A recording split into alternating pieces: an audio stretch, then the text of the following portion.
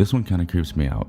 Let's begin this tale with Wernher von Braun, a German aerospace engineer who began with involvement in the Nazi Party and would later surrender to the United States and began a storied career stateside. He developed the V-2 rocket for the Nazis, the world's first long-range guided ballistic missile. After that rocket was first used in combat, he was quoted as saying, "The rocket worked perfectly, except for landing on the wrong planet." He also directed the development of the Saturn V, which was used by NASA with 13 successful launches and no loss of crew or payload.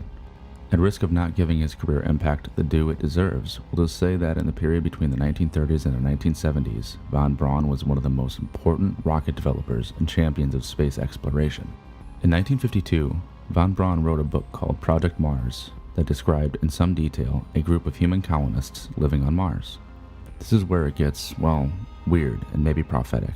I'm just going to read the next part to you.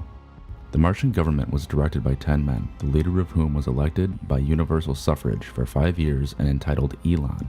2 houses of parliament enacted the laws to be administered by the Elon and his cabinet.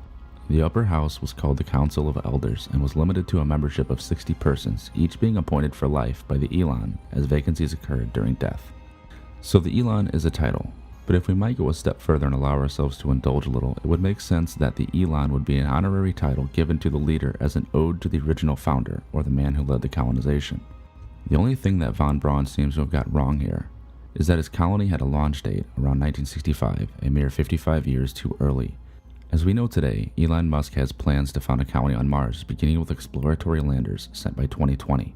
So was Wernher von Braun privy to information that the rest of us would have to wait for? That's up for you to determine.